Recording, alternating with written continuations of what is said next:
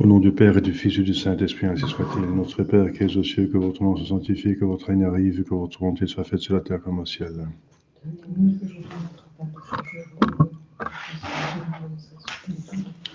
Et ne laissez pas succomber en tentation, mais nous mal soit-il. Je vous salue Marie, pleine de grâce, le Seigneur est avec vous. Vous êtes bénie entre toutes les femmes, et Jésus, le fruit de vos entrailles, est béni. Sainte Marie, Mère de Dieu, priez pour nous pauvres pécheurs, pécheurs, maintenant et à l'heure de notre mort. Saint Joseph, Priez pour nous. Saint Georges Gardien, Priez sur nous. nos saints patrons, Priez pour au nom nous. du Père et du Fils et du Saint-Esprit, ainsi soit-il. Voilà, je suis à Rongy maintenant.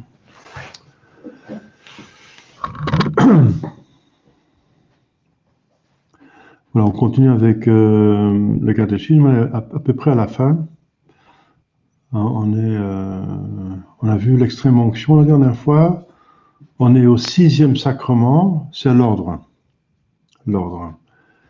Mais il n'y a pas beaucoup de questions ici dans le catéchisme. Donc, qu'est-ce que l'ordre?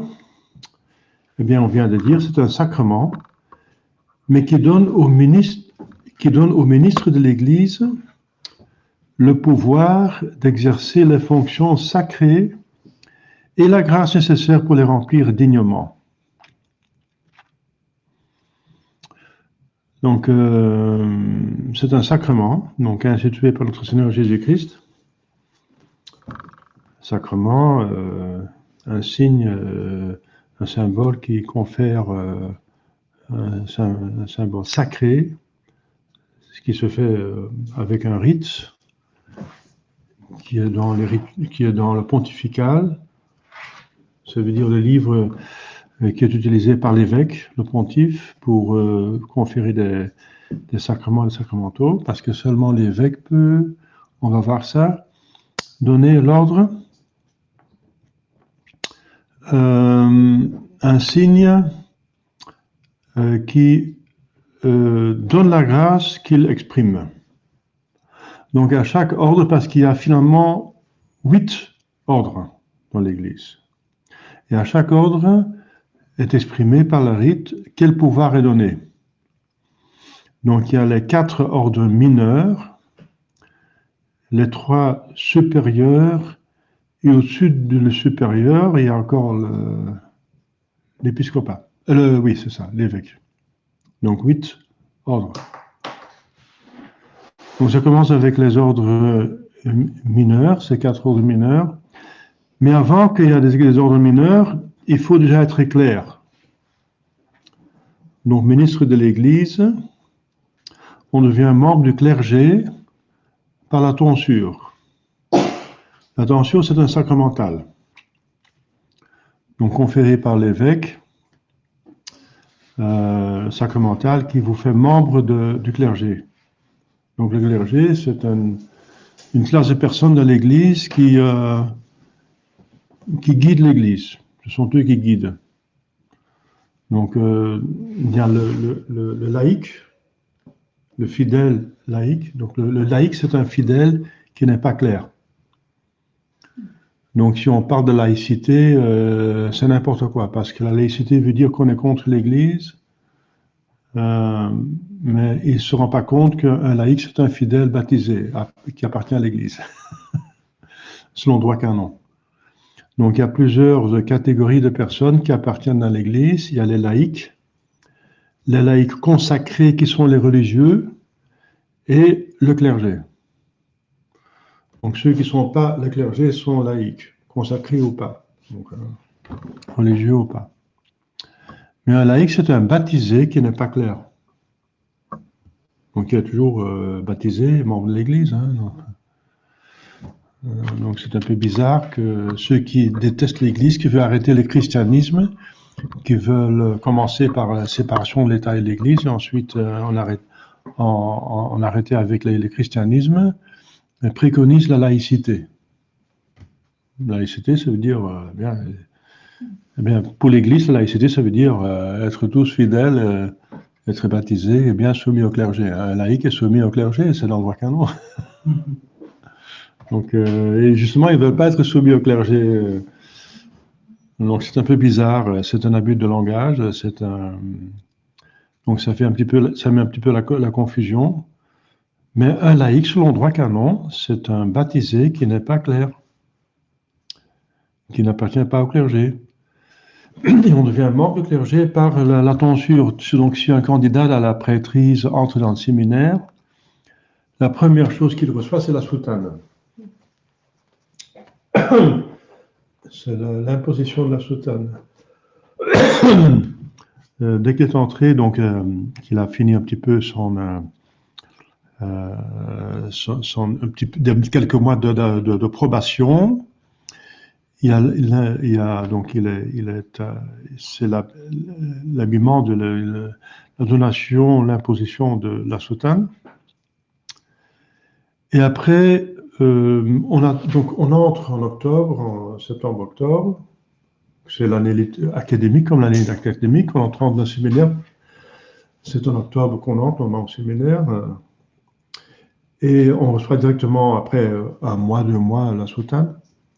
Mais après, c'est normalement le 2 février à la Chandeleur que, justement, on fête Jésus qui est la lumière du monde, qui a la tonsure. La tonsure, par la tonsure, on devient clair et il faut être la lumière du monde. Ça veut dire il faut témoigner, on devient membre du clergé. C'est lui qui donne, qui guide, qui gouverne, qui prend l'initiative dans l'Église. Donc la première chose qu'il va faire, c'est prêcher, bien sûr, c'est montrer l'exemple, la sainteté, donc être la lumière du monde. Vous êtes la lumière du monde, vous êtes le sel de la terre, etc.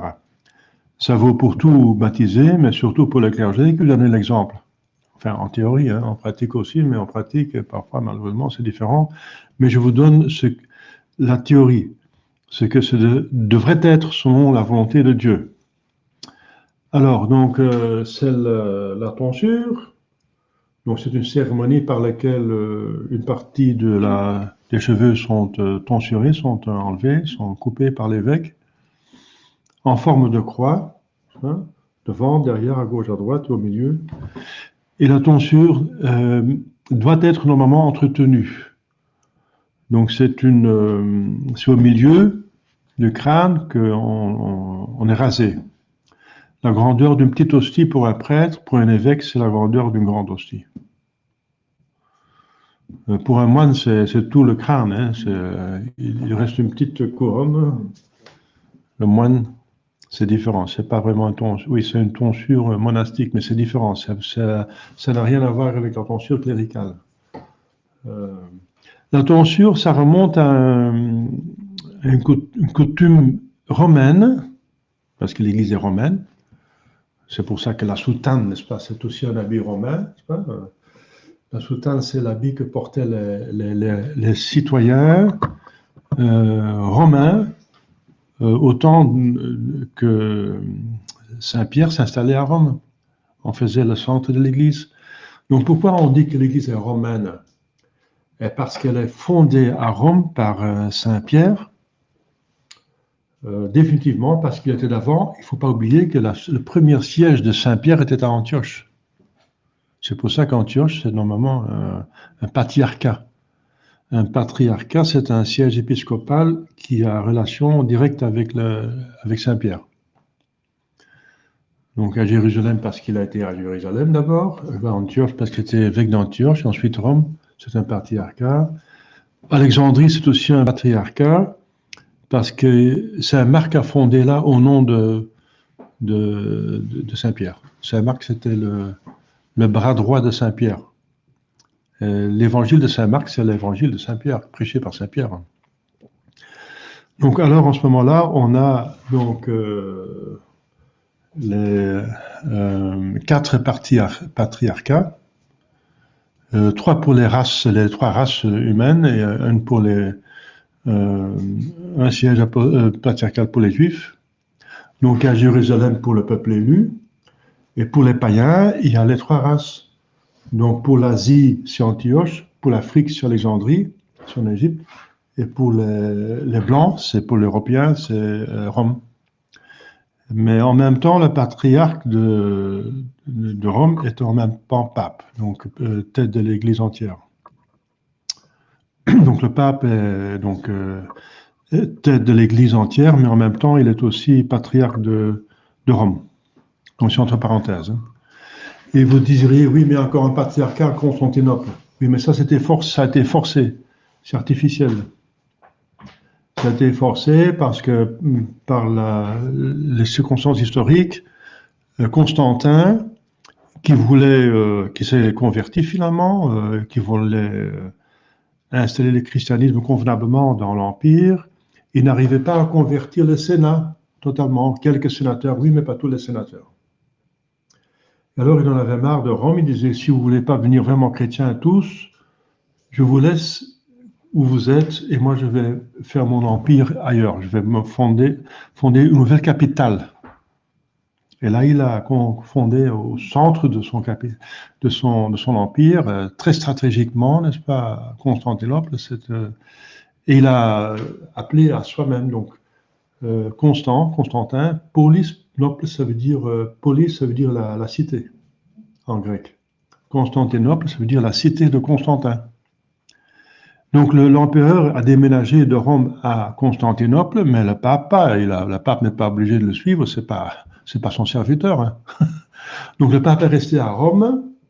Donc le centre de l'Église était à Rome et le centre de l'empire à Constantinople. Et ça fait une tension.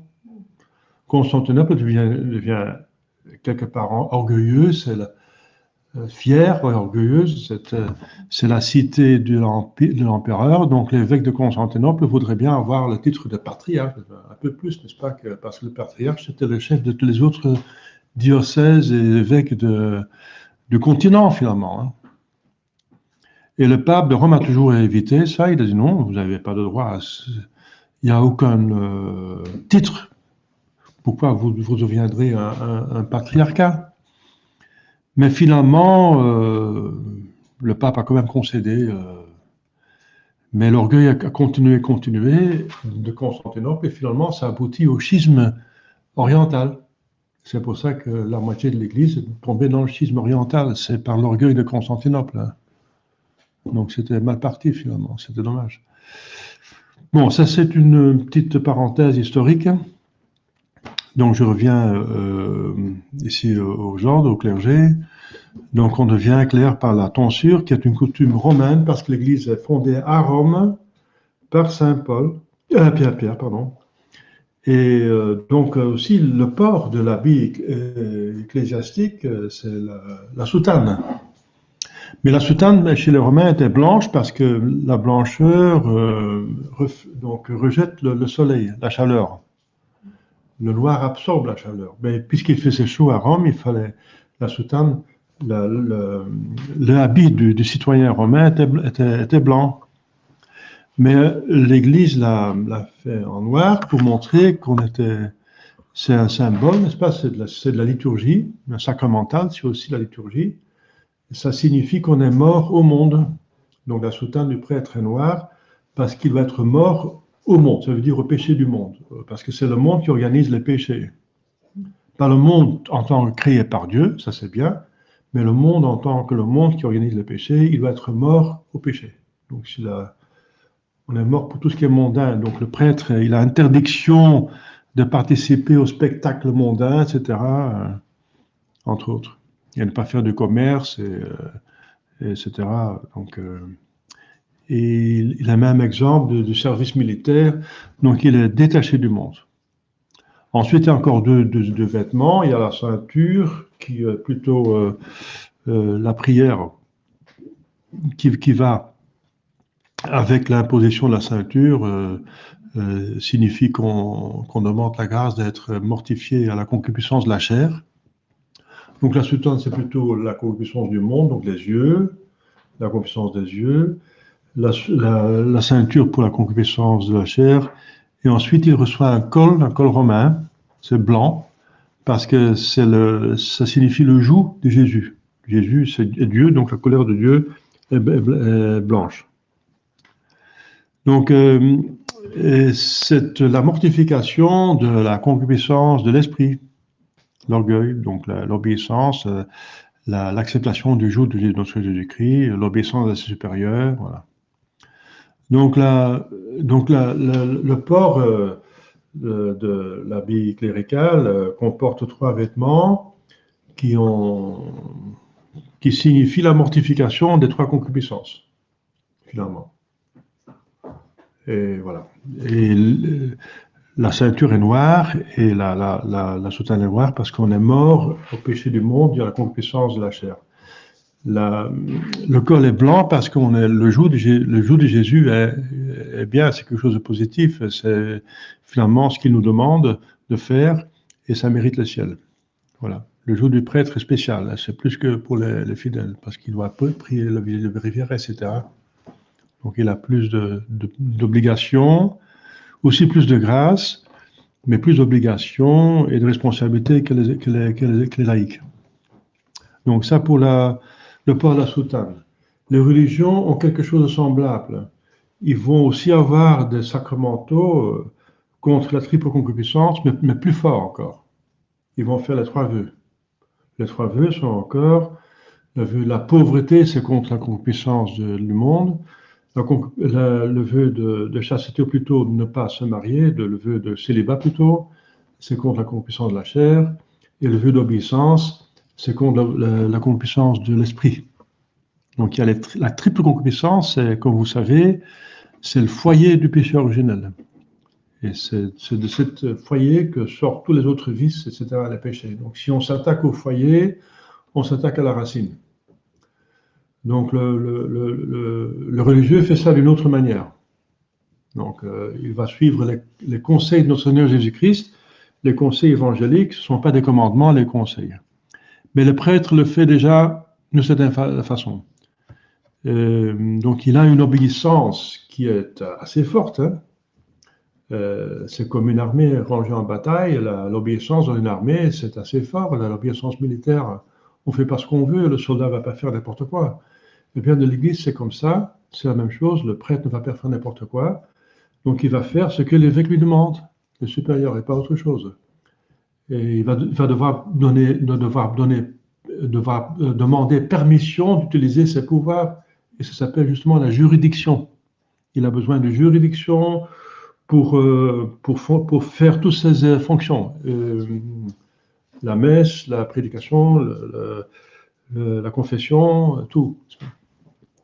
Pour tout exercice de son ministère, il a besoin de la juridiction de l'évêque. Voilà. Donc il y a quand même une obéissance assez importante. Et aussi, il fait un vœu, lorsqu'il devient sous-diacre, il fait un vœu de ne pas se marier. Mais il ne fait pas le vœu de pauvreté. Il ne fait pas le vœu de pauvreté. Il n'est pas obligé de faire le vœu de pauvreté. Mais il va donner l'exemple des détachements en choses. Il a un exemple. Donc, c'est pas n'importe quoi quand même, n'est-ce pas? Donc, il y a quand même quelque chose. Si le prêtre, en même temps, est religieux, alors, bien sûr, alors il a les 3 vœux en même temps. Alors, ça s'appelle un père. Sinon, c'est un abbé. Monsieur l'abbé, c'est un prêtre diocésain qui est soumis à un évêque directement. Si le religieux n'est pas prêtre, c'est un frère.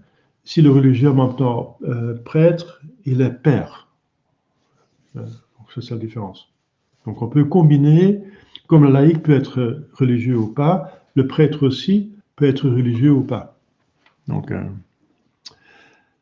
voilà. Donc le centre de l'Église est à Rome. C'est pour ça que l'Église est romaine et ça se voit dans la prêtrise. La soutane est romaine. Voilà. Alors, donc, il y a, comme je vous ai dit, il y a 7 ordres. 7 ordres de la prêtrise. Il y a encore un ordre au-dessus, c'est l'épiscopat. Après la tonsure, donc, après la tonsure, on reçoit l'année après, parce qu'on reçoit normalement dans le séminaire graduellement les ordinations. Et on peut seulement recevoir les ordinations mineures à condition qu'on tend à la prêtrise. Il y a un temps que l'Église donnait des ordinations mineures à des laïcs, juste pour avoir des fonctions, la grâce des fonctions donc, qui étaient utiles pour l'Église. Par exemple, j'ai quelqu'un qui vient presque tous les jours servir la messe. À l'époque, c'était possible de leur ordonner acolyte, parce que l'acolyte, c'est le servant de messe. C'est l'ordination de servant de messe. Donc, cette personne n'a pas l'ordination de servant de messe, mais l'office de servant de messe. Donc, pour l'occasion, il met la soutane et après, il enlève et il fait les fonctions et après, voilà, il n'a pas l'ordination. Parce que pour avoir l'ordination, il faut être membre de l'clergé et ça donne des devoirs et des privilèges. Et il y avait dans le Moyen-Âge, après le Moyen-Âge, il y avait des abus des privilèges. Et l'Église a laissé tomber cela, n'est-ce pas? Elle a décidé de seulement conférer les ordres mineurs et même les ordres majeurs moindres que la prêtrise, ça veut dire le sous-diaconat et le diaconat, à des personnes qui tendaient à la prêtrise. Je dis tendre, parce qu'on pouvait encore s'arrêter à un certain moment. Si on avait eu les ordres mineurs, les 4 ordres mineurs, et on a encore le doute, et on a toujours le droit de quitter le séminaire. Et je connais des personnes qui ont reçu les 4 ordres mineurs, et qui sont sortis du séminaire, qui se sont mariés, etc. Donc, ce qui est possible, le mariage était encore possible avant la sous-diaconat. Après le sous-diaconat, on fait le vœu, mais pas avant le sous-diaconat. Alors, il y a des personnes mariées qui ont un ordre, n'est-ce pas, sacerdotal, mais mineur. Alors, ils peuvent exercer par excellence cet ordre. Donc, là, si le curé, par exemple, de paroisse, il a le choix, il va par préférence demander à celui qui a reçu l'ordre de catholique de servir la messe, parce qu'il a la grâce. Il a une grâce spéciale, sacramentale, pour le faire mieux que les autres. Voilà. La même chose pour le catéchisme. L'ordre mineur de lecteur donne la grâce de donner du catéchisme. Donc, si le curé cherche quelqu'un pour l'aider à faire le catéchisme pour les enfants, mais pour les adultes, il va plutôt déléguer, demander à quelqu'un qui a reçu l'ordre mineur de lecteur pour faire le catéchisme, parce qu'il a les grâces d'État pour le faire, même s'il est marié. Vous voyez? Donc ça, c'est entre parenthèses. Hein. Mais c'est quand même intéressant de le savoir. Alors, donc il y a 4 ordres mineurs. Donc l'année après la tonsure. Vous voyez, selon le Concile de Trente, normalement, le séminaire doit durer 8 ans. 8 ans. Malheureusement, dans beaucoup de séminaires actuellement, on ne fait que 6 ans. C'est parce qu'ils ont besoin de prêtres. Mais je pense qu'il faudra régulariser la chose et revenir à 8 ans parce qu'on a besoin de prêtres qui sont bien formés. La qualité a toujours, normalement, priorité dans l'Église à la quantité. Toujours la priorité. Donc, il faut des prêtres qui sont bien formés, n'est-ce pas, bien au courant, qui sont bien posés, qui ont fait un bon séminaire. Donc, normalement, il faut revenir à 8 ans de séminaire. Et alors, on a assez de temps pour faire toutes choses. Alors, s'il y a 8 ans, alors la première année, on fait la tonsure, et toute autre année, on donne un des 7 ordres. Alors, 7 et 1, ça fait 8. Ça tombe bien. Donc, chaque année, il y a un ordre qui est donné. Donc, après la tonsure, l'année après, il y a donc un ordre mineur. Moi, j'en aurais reçu 2 parce que je n'ai fait que 6 ans, comme tout le monde, n'est-ce pas? Donc, le premier ordre mineur, c'est l'ostaria, le sacristain. L'ostaria, ça veut dire le porteur. Celui qui tient la porte, qui ouvre et qui ferme, donc qui décide qui entre de l'église ou pas. Donc, qui fait entrer les dignes, qui appelle les dignes, par exemple en sonnant la cloche, on appelle les dignes, et qui retient les indignes. Par exemple, les gens qui sont saouls, les gens qui viennent pour se moquer, ou qui ne se comportent pas bien, les gens qui ne sont pas bien habillés, il refuse de les faire entrer. Il fait le tri à la porte. Il trie. C'est celui qui tient aussi l'ordre, n'est-ce pas? C'est le policier. Le curé, il a le pouvoir de commissaire dans son église, c'est pas connu non plus par les gens. Selon le droit canon, le curé a tous les pouvoirs de commissaire de police dans son église. Et le policier, c'est normalement le sacristain. N'est-ce pas? Et souvent, c'est une autre personne qui est désignée pour tenir l'ordre. Hein. Donc, c'est ce qu'on appelle le Suisse, parce qu'il est habillé comme la garde suisse du pape au Vatican. Donc, il a une costume spéciale. Donc, il est là pour garder l'ordre pendant la messe et pendant la cérémonie, parce que le prêtre à l'autel ne peut pas vérifier si tout va bien, n'est-ce pas? S'il y a une dispute s'il y a des gens qui font n'importe quoi, je peux vous donner des exemples, des choses qui se sont passées, n'est-ce pas? Jusqu'à, malheureusement, une personne qui entre l'église pour faire de l'exhibitionnisme. Donc, il y a des désordres, n'importe quoi et n'importe comment, un drogué qui entre, qui fait n'importe quoi. Donc, on a déjà vu beaucoup de choses. Donc, c'est bien d'avoir un laïc qui s'occupe, n'est-ce pas? Il y a des personnes qui sont aussi dérangées, n'est-ce pas? J'ai eu une personne qui était vraiment folle, donc handicapée mentalement, comme on dit actuellement. On peut dire plus que la personne est folle. C'est comme une insulte, mais il y a une folie, voilà, tout simplement médicale. Voilà, c'est pas une insulte, c'est constaté à la fait. Donc, s'il commence à déranger, à perturber l'ordre, il faut arrêter. Il faut de l'ordre dans la maison du Seigneur.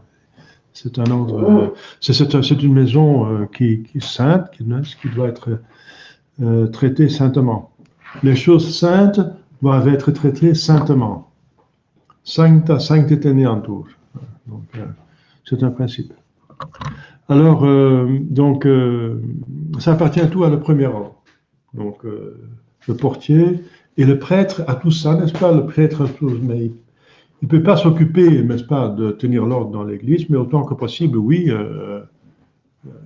c'est celui qui tient ordre dans la sacristie, c'est le sacristain, celui qui prend soin des saints lieux et qu'ils sont propres, que tout est dans l'ordre et que c'est selon les remis de l'église. Et qui fait l'ordre de la sacristie et qui fait en sorte que tout soit dans l'ordre, que ce soit selon les prescriptions de l'Église. Voilà. Donc, il s'occupe du matériel, mais c'est très important. Donc, c'est le fondement. Une belle Église, ça attire déjà les âmes, n'est-ce pas? Ensuite, le second ordre, dont je viens de parler, c'est le lecteur. Le lecteur, il peut déjà faire des lectures, n'est-ce pas, des prophéties pendant la liturgie. Certaines lectures, par exemple dans les grandes cérémonies de la Semaine Sainte, il y a des lectures ou même des chants de prophétie, et là il a le droit de le faire ça. Pas l'évangile, ça appartient au diacre, ou l'épître, ça appartient au sous-diacre. Mais tout ce qui n'est pas évangile et épître, mais les autres lectures et prophéties, ça, le lecteur peut le faire.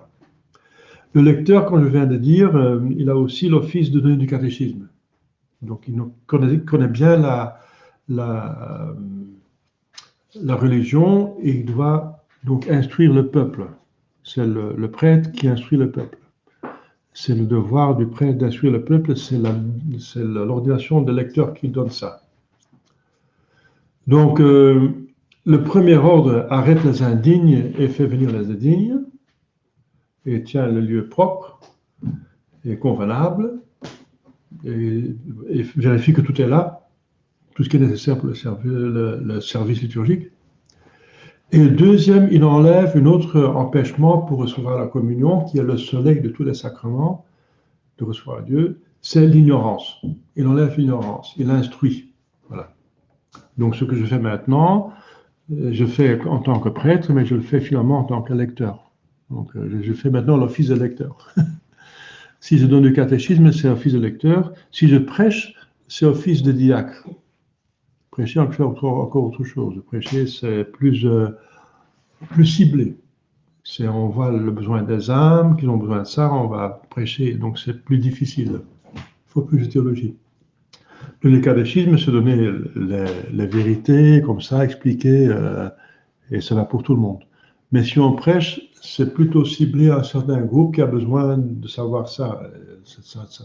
Donc c'est plutôt approprié. Donc il faut être diacre pour ça, pour prêcher.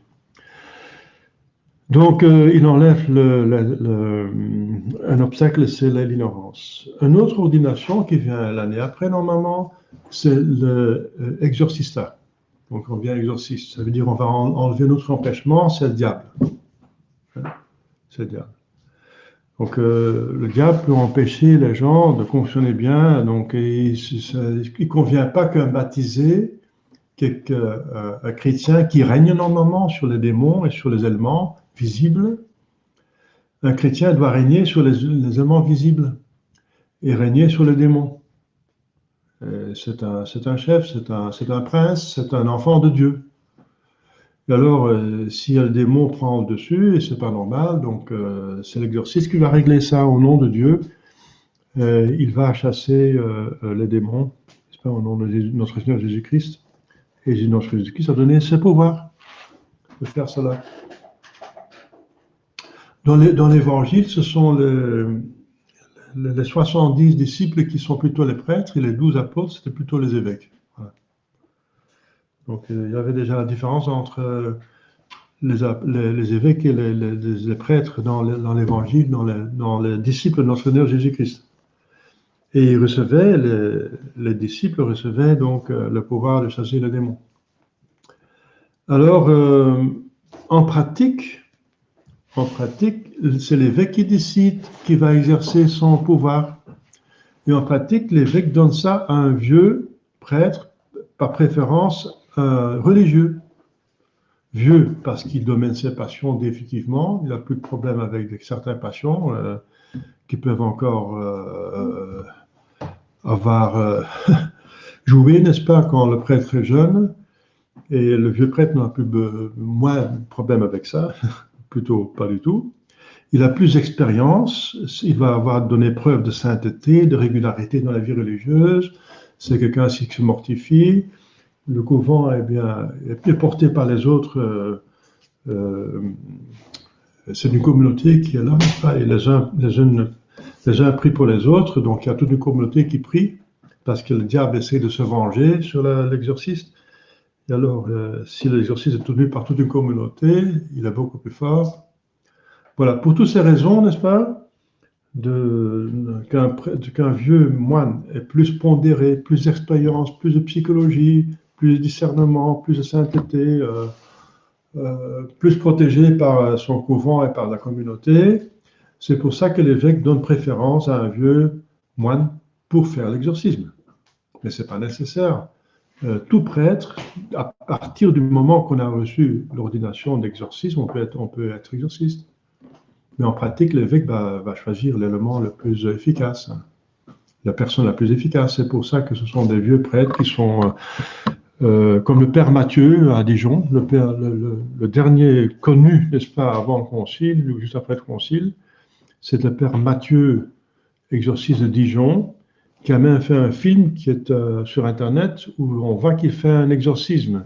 Normalement, l'exorcisme ne peut pas être filmé parce qu'il faut éviter des sensations, il faut éviter de rendre le diable intéressant, n'est-ce pas? Il faut aussi vérifier la vie privée des personnes, n'est-ce pas, qui ont été exorcisées. Hein, donc c'est pas amusant d'être connu comme étant un possédé. Donc pour ces raisons-là, c'est interdit de filmer. Mais le père Matthieu a reçu la permission de filmer parce qu'il y a trop de gens qui ne croient plus à l'existence du diable. Donc si on voit cet exorcisme, on voit qu'effectivement il y a un problème. que le diable pourrait effectivement exister, n'est-ce pas? Donc c'était pour cette raison-là. Il a fait plusieurs films, n'est-ce pas, qui sont toujours sur Internet, le père Matthieu, exorciste de Dijon. Je les ai téléchargés, hein, je les sur disque dur si vous êtes intéressé. Voilà, donc l'exorciste. Ensuite, il y a la 4e ordination, j'en ai parlé déjà, c'est l'acolyte. L'acolyte, c'est celui qui se rapproche encore plus de l'autel, parce que tout est orienté vers le soleil. C'est le soleil surnaturel, c'est l'hostie. L'hostie consacrée, c'est Jésus. Donc, les 3 autres ont enlevé des empêchements, ont organisé que ça se passe bien, mais le 4e, il va déjà avoir un office actif à l'autel. mais le moindre. Donc les offices humbles, mais quand même, il s'approche de l'autel. Et c'est donc le plus haut des ordres mineurs, c'est l'acolyte. C'est servant de messe en toutes ses fonctions, hein, parce qu'il y a les acolytes au sens strict, il y a aussi le turiféraire, il y a la cérémoniaire, il y a les sérophéraires, il y a plusieurs fonctions, n'est-ce pas? Quand on fait servir par plusieurs personnes, on peut partager les rôles.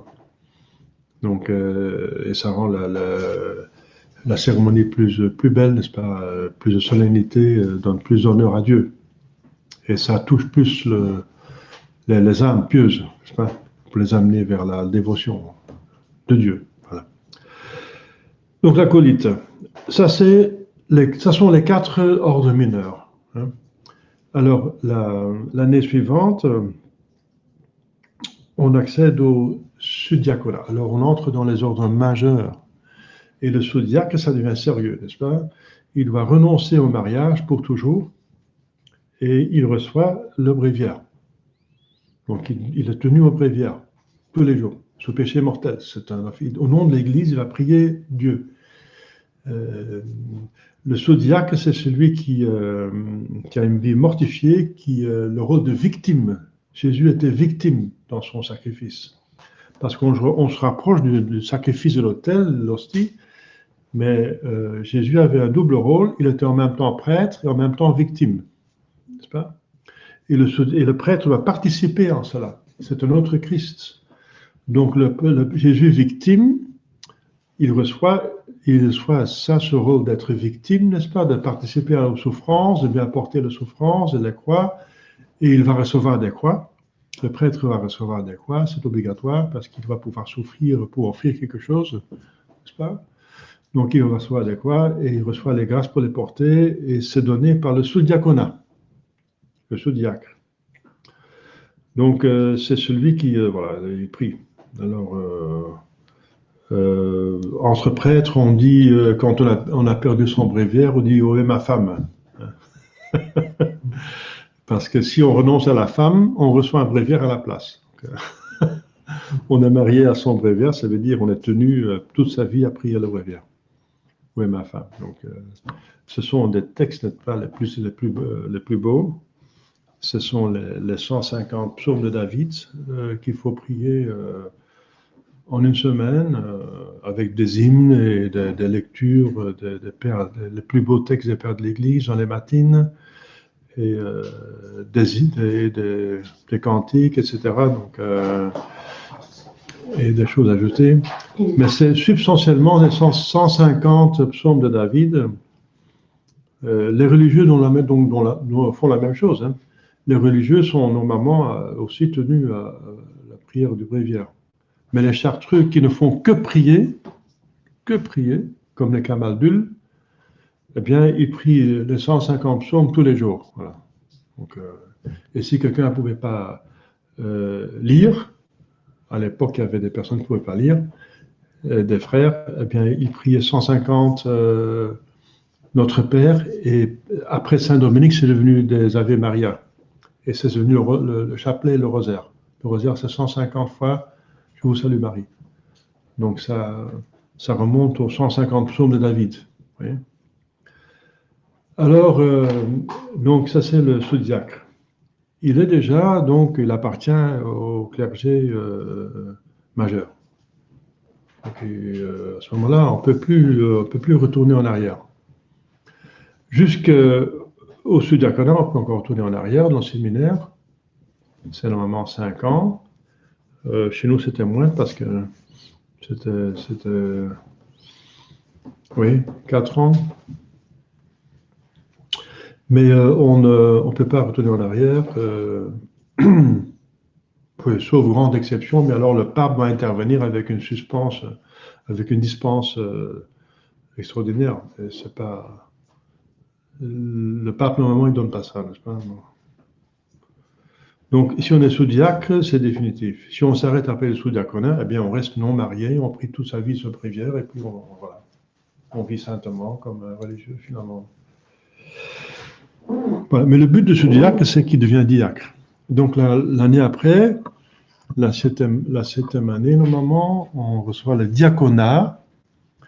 Le diacre reçoit plus de pouvoir. Le sous-diacre, déjà, il présentait, il pouvait déjà verser l'eau, etc., dans le calice, apporté par les acolytes, n'est-ce pas? Et c'est le sous-diacre qui apporte ça. Mais le diacre, il va encore pouvoir plus activement participer à la Sainte Messe et à la liturgie. Il a le devoir, il a le pouvoir, la permission de donner le baptême quand le curé n'a pas l'occasion de le faire, s'il est trop pris, si le curé normalement c'est le curé qui doit baptiser. Mais si le curé a trop de travail, il peut être remplacé par un diacre. Donc un diacre peut baptiser, c'est donc un ministre extraordinaire du baptême. Bien sûr, il peut prêcher, c'est son office, n'est-ce pas, de prêcher et de lire l'Évangile. Le sous-diacre, il peut lire l'épître dans la messe, le diacre, l'Évangile. Et il prêche, et pendant la messe du dimanche, c'est l'explication de l'Évangile, ça s'appelle l'homélie. L'homélie, c'est l'explication de l'Évangile. Et le diacre, il peut aussi marier. À chaque fois quand le curé est trop pris, n'est-ce pas, il peut marier, il peut aussi faire l'enterrement. Quand j'ai reçu le diaconat, et en vacances, je suis allé aider des prêtres, j'ai enterré un petit enfant. C'était très touchant, n'est-ce pas? Le prêtre faisait la messe, c'était une messe en blanc avec du Alléluia, parce que l'enfant était mort avant l'utilisation selon intelligence, il a été baptisé, il est mort, donc c'est certainement un saint. Donc la messe d'enterrement d'un petit enfant, n'est-ce pas, qui est baptisé et qui est mort avant l'utilisation de son intelligence, c'est une canonisation de sainteté. Cette messe d'enterrement, c'est une canonisation. Avec Alléluia, ça veut dire ce sont les mystères glorieux. Donc il n'y a rien de tristesse, oui, pour la famille qui a perdu son enfant, mais c'est un saint dans le ciel. Certains est sûr. Alors, c'est une paroisse avec des milliers de fidèles. Et c'était une très grande paroisse. Et le prêtre était trop occupé avec beaucoup de choses, donc comme diacre, il m'a laissé faire l'enterrement. C'était mon premier enterrement que j'ai fait. C'était un petit enfant. Voilà. Donc le diacre peut donc aussi distribuer la communion, toujours sous la même condition que le curé est empêché de le faire. S'il y a trop de monde, n'est-ce pas, à la messe, ça dure trop longtemps, la communion, eh bien, un diacre peut l'aider. Donc, si la communion, le banc de communion se compose de deux parties, parce qu'au milieu, le prêtre entre dans le sanctuaire, il y a une demi-partie qui est occupée par les diacres pour donner la communion et l'autre partie par le prêtre, le célébrant. Donc, c'est comme ça que ça se fait dans ce moment. Donc, quand il y a beaucoup de monde. Ou bien, s'il y a plusieurs diacres, s'il y a beaucoup de monde, par exemple, lors d'une ordination de prêtre, il y a des milliers de personnes qui viennent, alors il y a d'autres diacres qui peuvent aller plus loin, n'est-ce pas? D'autres bancs de communion qui se trouvent dans l'église ou dans la cathédrale. Il y a des autels latéraux, n'est-ce pas, avec des bancs de communion, alors ils vont là. Donc, c'est ce que le diacre peut faire. Donc, il peut faire beaucoup de choses. Et le diacre, c'est donc l'assistant de l'évêque. C'est l'assistant par excellence de l'évêque. L'évêque a droit à des diacres pour le seconder. Et c'est pour ça que dans les cérémonies d'évêque, il y a beaucoup de rôles de diacre.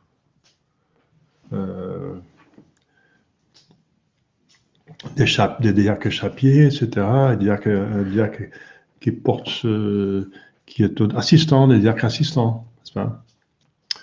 Voilà. Et après le diaconat, il y a la prêtrise. Donc, qu'est-ce qu'il y a spécial pour le prêtre? eh bien, le prêtre, il a, en plus du diacre, donc, et tout ce qu'il a eu en dessous, parce que si on reçoit un ordre, un certain ordre, on reçoit en même temps tout ce qui est en dessous.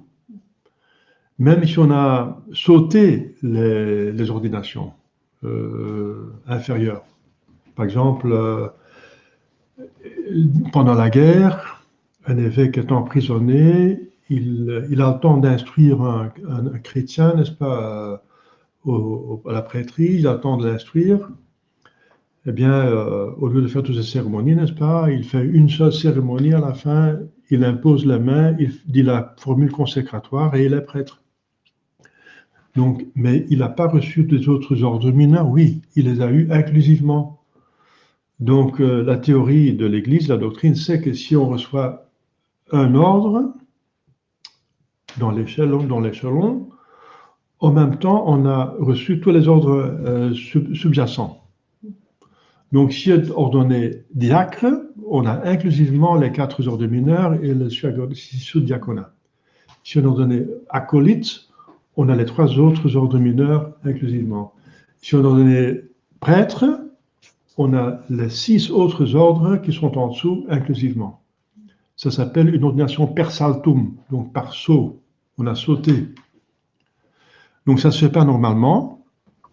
Normalement, il faut psychologiquement, pédagogiquement apprendre le prêtre petit à petit à apprendre ses fonctions et apprendre la doctrine et la connaissance qui va avec. Mais on peut le faire par saltum s'il y a une nécessité. Voilà. Ça ne vaut pas pour l'épiscopat. Donc saint Thomas dit clairement, et c'est aussi dans la formule consécratoire de l'épiscopat, qu'on s'adresse à un prêtre. La formule consécratoire de l'épiscopat s'adresse à un prêtre candidat pour remplir à ce prêtre ce qui lui manque pour avoir la plénitude du sacerdoce, ça veut dire l'épiscopat. Donc il est sacerdotique, donc on s'adresse à un prêtre, donc il va être prêtre. Ça ne peut pas être un diacre ou un sous-diacre qu'on va consacrer évêque per saltum, ça n'existe pas. Donc, enfin c'est controversé, hein. Mais saint Thomas dit que ça ne va pas, qu'il faut être prêtre pour être consacré évêque, et la formule même parle d'un prêtre. Donc ça doit être un prêtre. Comment dire cette formule sans mentir si le candidat n'est pas prêtre? Alors on ment dans la formule, c'est pas possible. C'est une formule consécratoire, comme la consécration de l'hostie à la messe. Pour l'hostie, il y a une consécration épiscopale, il faut que cette formule soit convenable. Si la formule d'hostie dit il prend le pain et il la consacre, ça doit être du pain, sinon la consécration est invalide. Aussi bien qu'il faut du pain pour consacrer validement, du pain de blé, de froment, eh bien il faut un sacerdoce, un prêtre. Hein, voilà, sacerdoce. Bon, donc ces 2 arguments, et saint Thomas dit, donc c'est le plus grand théologien, donc pour dire que, voilà, pour l'épiscopat, c'est une exception. On ne peut pas consacrer per saltum. En tout cas, il y a un doute, j'espère. Et dans le doute, il faut toujours tenir il faut élever les doutes. Donc il faut toujours prendre la voie la plus sûre, c'est certain. Donc, le prêtre, qu'est-ce qu'il peut faire, ce que le diacre ne peut pas faire? Eh bien, plusieurs choses. La chose la plus importante, c'est qu'il se consacre à la messe.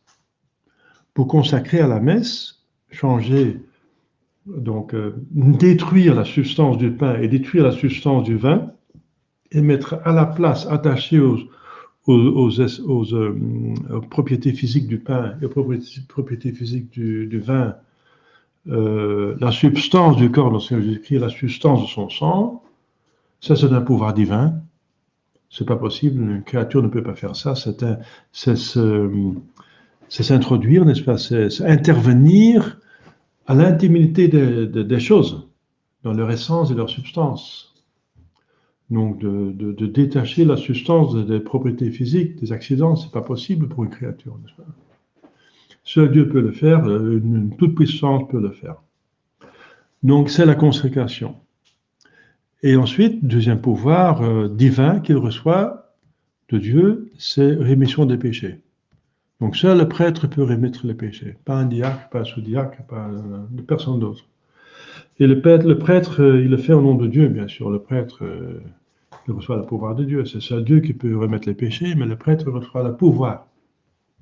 Il doit encore recevoir de l'évêque la permission de le faire, ça s'appelle la juridiction, c'est autre chose. Voilà. Et ensuite, il a encore le pouvoir de bénir des choses. Le pouvoir de bénir commence déjà par le lecteur. Le lecteur peut bénir quelques fruits, etc. Donc, il peut faire quelques bénédictions. Mais il faut être prêtre pour faire la plupart des bénédictions. Il y a encore des bénédictions qui sont réservées à l'évêque. Ce sont surtout des consécrations, par exemple, consécration de calice, de patène, consécration d'église, consécration de vierge, consécration de la bénédiction des habits sacerdotaux. Normalement, ça revient à l'évêque. Hein. Mais la plupart des bénédictions qui sont dans le rituel, hein, c'est le livre officiel de l'Église où sont les rites des sacramentaux, peuvent être faites par le prêtre. Donc des bénédictions. Et ensuite, il a tous les pouvoirs qui sont en dessous, de prêcher, etc., de conférer tous les autres sacrements.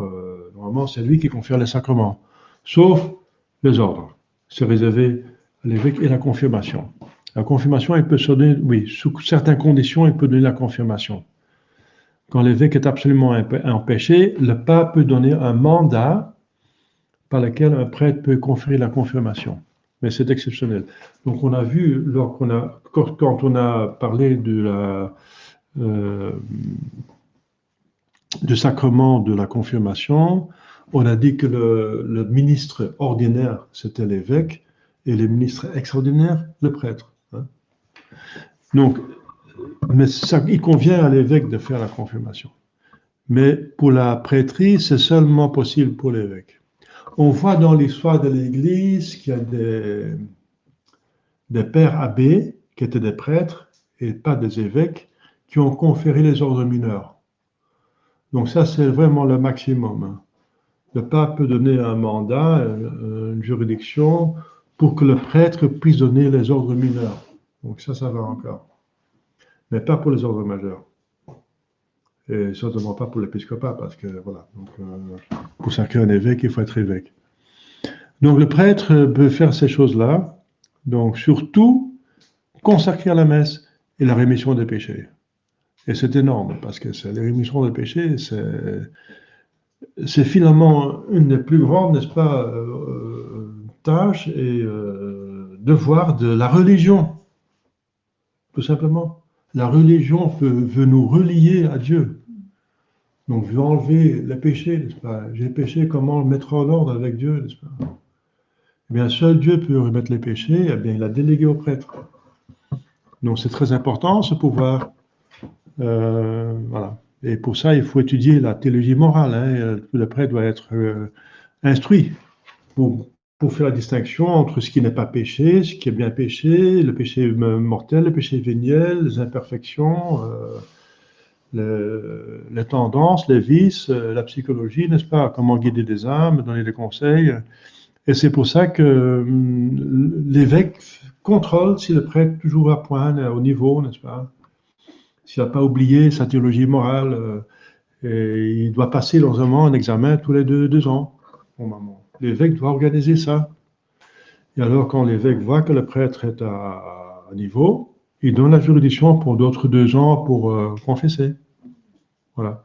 C'est l'évêque qui contrôle les prêtres pour qu'ils fonctionnent bien. Voilà. Et c'est ça qu'il faut faire. Et moi, j'ai pas trouvé un évêque qui fait ça. J'espère qu'il y a des évêques qui font ça, parce qu'ils doivent le faire, mais je n'ai pas trouvé des évêques qui font subir à leurs prêtres des examens pour vérifier s'ils sont encore en ordre pour confesser. Je trouve ça très grave. Je trouve ça dommage. Les évêques ne font...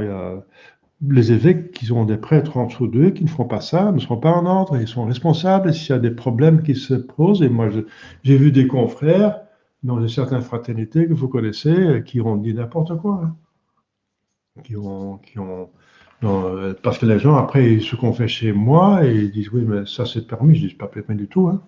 Allô, allô, regardez le livre, hein, regardez vous-même. Oui, mais c'était été un professeur à École. Je dis, mon fils est un professeur à École. Même s'il était, je sais pas quoi, l'empereur de Chine, je m'en fiche. Regardez ce que l'Église en pense, c'est comme ça et pas autrement. Hein. Et s'il lui donne la permission de faire ça, il va contre la doctrine de l'Église. Voilà.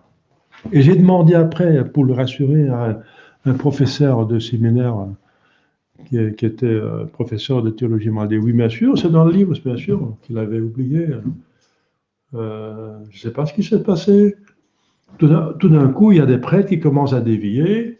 C'était connu après le concile aussi que des prêtres, des vieux prêtres, surtout allemands et hollandais, qui commençaient à trouver tout bien, n'est-ce pas, qui étaient laxistes, ça s'appelle laxisme. Le laxisme, c'est donc permettre des péchés mortels, comme si ce n'était pas des péchés mortels. Donc il y a la plupart des vieux prêtres qui ont gardé la tradition même. Hein.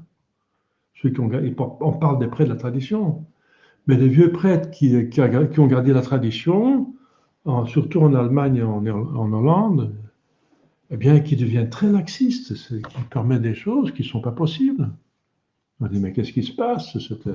C'est un péché mortel, tout simplement. Et ils laissent passer. Alors. Donc, vous voyez, il faut l'évêque qui contrôle le prêtre. Donc, il a un pouvoir de remettre les péchés, le prêtre, mais il faut qu'il ait une science qui va avec. Comment utiliser ce pouvoir convenablement. Donc, il faut qu'il fasse un séminaire convenable. Donc, c'est aussi un devoir grave de l'évêque d'organiser un bon séminaire. Il y a un évêque récemment, la tradition, malheureusement, qui a ordonné un prêtre après 2 ans à peine de séminaire. Parce qu'il avait déjà un certain âge, mais enfin, c'est pas possible. C'est interdit, c'est condamné par le Concile de Trente. Hein. Qu'est-ce qu'il va savoir? C'est pas possible, il ne peut pas savoir les choses convenablement. Moi, j'ai étudié toute ma vie, n'est-ce pas? En tout cas, le prêtre, il est obligé de continuer à étudier. Mais qu'est-ce qui se passe? Eh bien, il y a un fidèle que je reçois au téléphone, et oui, monsieur l'abbé Antel, c'est lui, hein, qui est ordonné après 2 ans, il m'a envoyé chez vous pour résoudre cette question. Ça veut dire... Ah oui, voilà, ce sont, il ne connaît pas sa doctrine, mais c'est la responsabilité de l'évêque. Enfin, ça fait de remous dans la paroisse. Il y a des gens qui refusent de suivre chez lui, d'assister à sa messe. Hein. Donc, ça a divisé les fidèles. Ils ont raison de respecter, n'est-ce pas? Oh là là là là. Donc, c'est ça, on souffre, n'est-ce pas, qu'on manque un pape, n'est-ce pas, qui met de l'ordre hein, dans les choses. Normalement, un évêque doit contrôler son prêtre et le pape doit contrôler les évêques. Et qui va contrôler le pape? Eh bien, c'est le bon Dieu. Hein, donc, il faut des saints papes. Hein. Sinon, c'est la catastrophe. Donc, on a tous besoin d'un supérieur pour bien fonctionner. Le curé d'Ars disait, laissez les fidèles 20 ans sans prêtre, ils adorent les bêtes. Mais c'est la même chose pour le prêtre. Laissez le prêtre 20 ans sans évêque convenable, et qu'est-ce qu'il va faire? Il va faire n'importe quoi. Ouais. Et maintenant, je n'ose pas dire des évêques. Je me tais là, parce qu'il y a quand même une grâce. Il y a 60 ans qu'on n'a pas de pape, mais voilà, il y a une grâce normalement correspondant de la difficulté. Hein. Mais je souhaiterais bien que tous les évêques qui sont vraiment validement sacrés et ne sont pas hérétiques, ils se mettent ensemble, comme le droit canon le demande, en synode, régulièrement, pour se contrôler mutuellement, pour faire des déclarations ensemble, etc. Donc le clergé est très important, c'est la tête de l'Église, ce sont eux qui guident l'Église. C'est un saint pape, ça donne un effet énorme sur l'Église. C'est pas de saint prêtre. C'est connu que s'il y a de saint prêtre, il y a le peuple est saint. Si on veut désacraliser un peuple, alors il faut désacraliser les prêtres. C'est ce que la Révolution française a fait, n'est-ce pas? On s'attaque aux prêtres, alors le peuple va tomber de soi. Et c'est pour ça que la crise, n'est-ce pas, de l'Église, c'est une crise qui s'est ciblée vers le pape, vers les évêques. C'est une crise de pape et d'évêques. Vatican II, c'est une crise, c'est un concile d'évêques. Eh bien, les ennemis ont bien ciblé la chose. Si on touche l'évêque et le pape, alors tout le reste va suivre. J'ai frappé le pasteur et le troupeau dispersé. C'est dans l'Écriture sainte. Bien sûr, il y a le bon Dieu qui va suppléer, mais il y a quand même des difficultés, il y a une croix, il y a des problèmes. Donc, voilà, donc c'est un petit peu expliquer les ordres. Je n'ai pas encore parlé de l'évêque. Après, il y a la consécration de l'évêque. Qu'est-ce que l'évêque peut faire que le prêtre ne peut pas faire? Eh bien, je viens de dire, c'est le ministre ordinaire de la confirmation, et surtout, c'est le seul qui peut ordonner des prêtres et sacrer des évêques, d'autres évêques. Normalement, on le fait à 3, mais c'est pour la certitude. Mais un suffit pour sacrer un autre évêque. Normalement, ça se fait après la permission du pape aussi, n'est-ce pas? Parce que c'est le pape qui décide ce qui se passe dans l'Église. Hein. Faire un évêque, c'est comme désigner un autre colonel, un autre général. C'est le roi qui va décider il y a un autre général dans l'armée. Parce que en Belgique, c'est le roi qui est la tête de l'armée. On ne va pas faire comme ça. Ce n'est pas un général qui va faire un autre général sans la permission du roi, normalement. Ça ne va pas comme ça. Entendre, oui, si le roi est inaccessible, n'est-ce pas, il est quelque part, on a besoin d'un autre général, d'accord, on peut le faire. On peut sacrer un évêque sans permission de Rome, c'est une nécessité, c'est arrivé dans l'histoire de l'Église, bien sûr. Mais ce sont des exceptions qui confirment la règle. Voilà, donc l'évêque, il a tous les pouvoirs, n'est-ce pas, tous les pouvoirs d'ordre. Donc un pape n'a pas plus de pouvoir d'ordre qu'un évêque. Le pape a plus de pouvoir administratif. C'est lui qui va décider ce qu'on va faire avec ce pouvoir. Mais il n'a pas plus de pouvoir sacramental et sacramental. Sacramental peut-être bien, parce qu'il y a un sacramental rare que le pape veut faire seulement, c'est par exemple l'Agnus Dei. L'Agnus Dei, la bénédiction, l'Agnus Dei. Oui, donc, mais la plupart des... Et aussi la position du palum, mais c'était plutôt des marques d'honneur, du palio, à un évêque. Donc, oui, ça c'est l'ordre, une hiérarchie d'ordre. Eh bien, j'ai forcément parlé d'une autre hiérarchie qui est parallèle, celle de l'administration, celle de la juridiction, celle des mandats. Donc, il y a deux hiérarchies dans l'Église et qui se fondent normalement.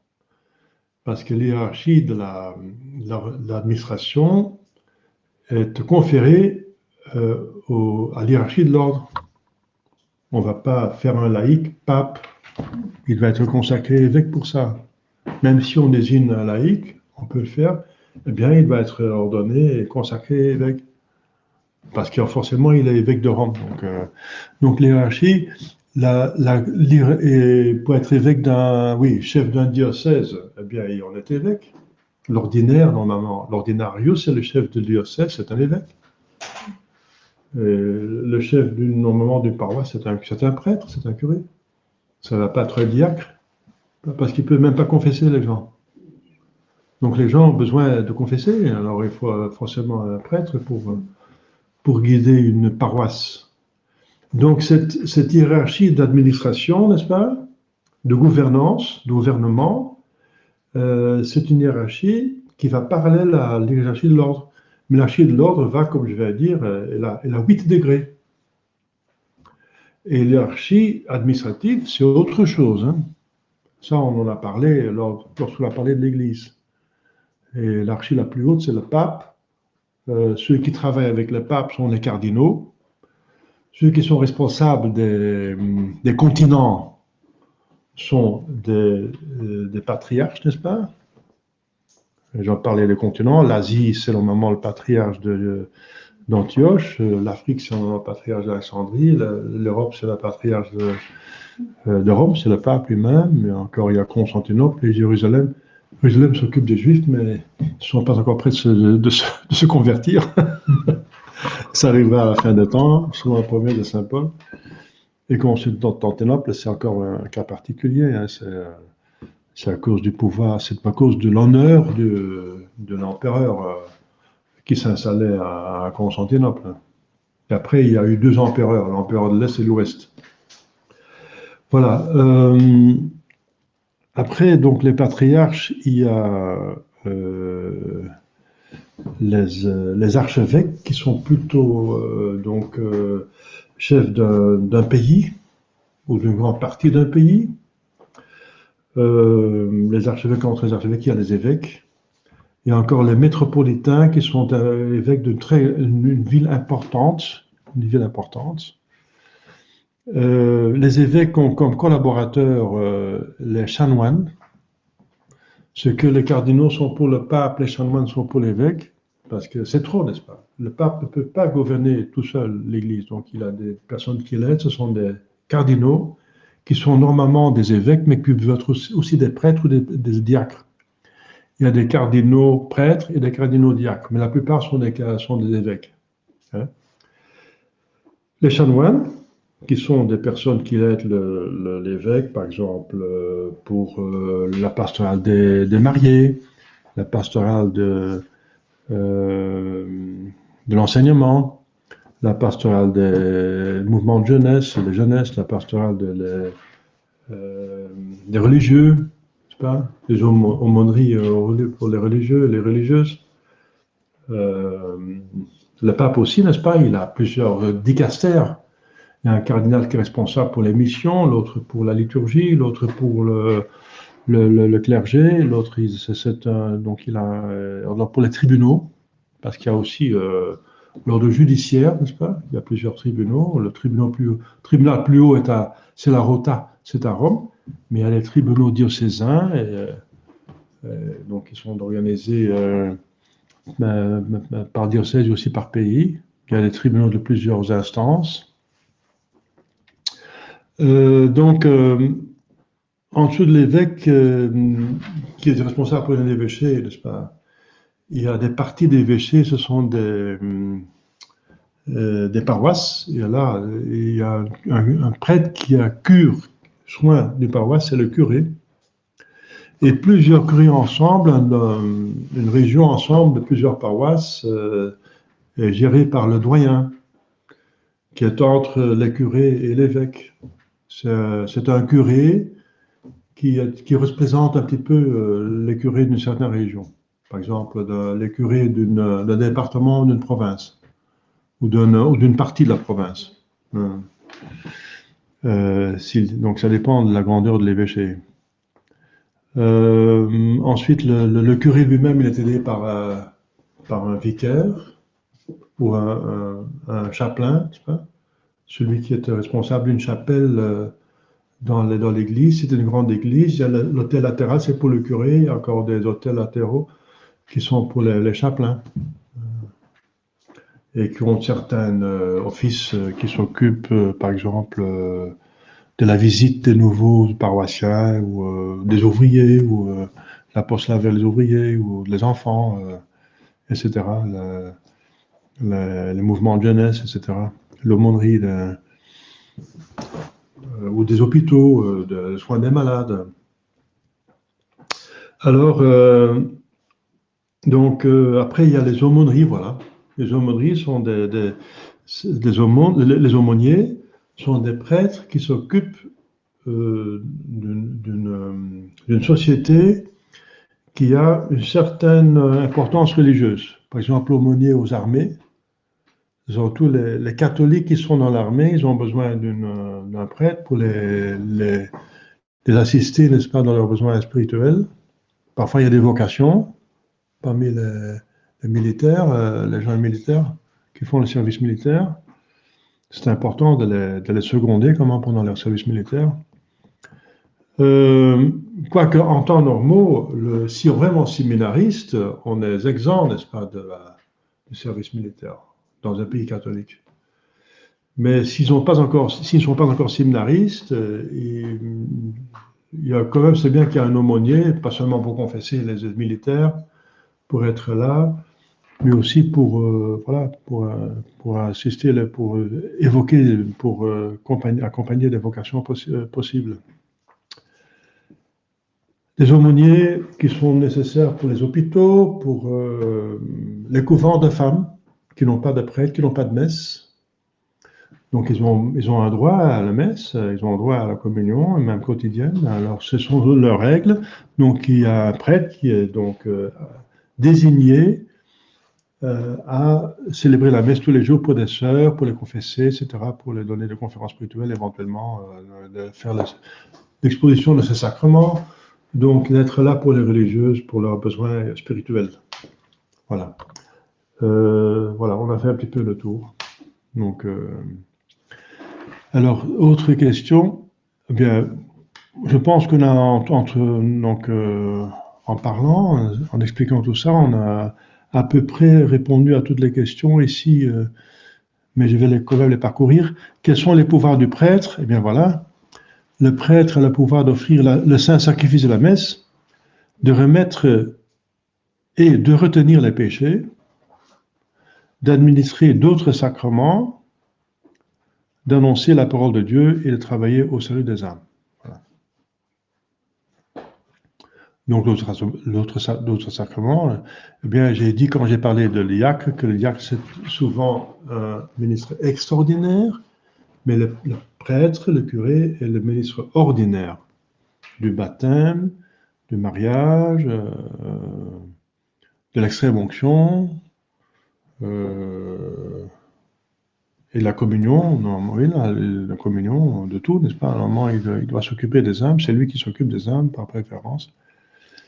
Et c'est lui qui a donc le pouvoir de le faire. Est-ce une grande grâce et un grand honneur d'être appelé au sacerdoce? Oui, c'est une grande grâce et un grand honneur d'être appelé au sacerdoce. Car le prêtre participe au sacerdoce de Jésus-Christ et est établi par lui pour travailler à la gloire de Dieu et au salut des âmes. Il participe au sacerdoce de notre Jésus-Christ. C'est quoi le sacerdoce? Le sacerdoce, c'est l'intermédiaire entre Dieu et les hommes. Eh bien, notre Seigneur Jésus-Christ, c'est le meilleur prêtre. C'est le seul prêtre. Parce que pour être intermédiaire, intercesseur, il faut être bien avec les deux parties. Et Jésus est bien avec Dieu parce qu'il est Dieu. Il est bien avec les hommes parce qu'il est homme. Donc, c'est l'intercesseur idéal. C'est le prêtre par excellence. Donc, les autres prêtres, nous, ne sommes que des instruments de la prêtrise de Seigneur Jésus-Christ. Voilà. Et le pouvoir qu'on a reçu, c'est un pouvoir divin qui n'appartient pas à son être, mais à son agir. Donc, Jésus-Christ est Dieu. Mais nous avons participation à son union hypostatique, mais dans son agir.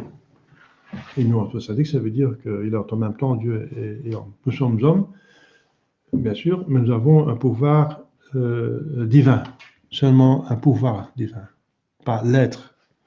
L'être, on reçoit au baptême. Tout fidèle reçoit participant à l'être de Dieu, donc dans ce sens qu'il devient enfant de Dieu, qui participe à la divinité, par adoption. Mais le prêtre reçoit un pouvoir dans l'agir. C'est pour ça aussi que la marque de ce sacrement est indélébile. Tout sacrement qui donne un pouvoir pour agir donne une marque indélébile. Donc c'est le baptême, la confirmation et le sacerdoce. Donc c'est pour ça qu'on dit qu'on est prêtre dans l'éternité. Une fois qu'on a reçu le sacerdoce de manière valide, c'est dans l'âme et c'est pour l'éternité.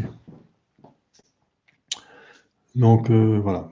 Donc même si le prêtre est destitué, il a toujours ce pouvoir qui peut en cas de nécessité encore utiliser pour aider les âmes.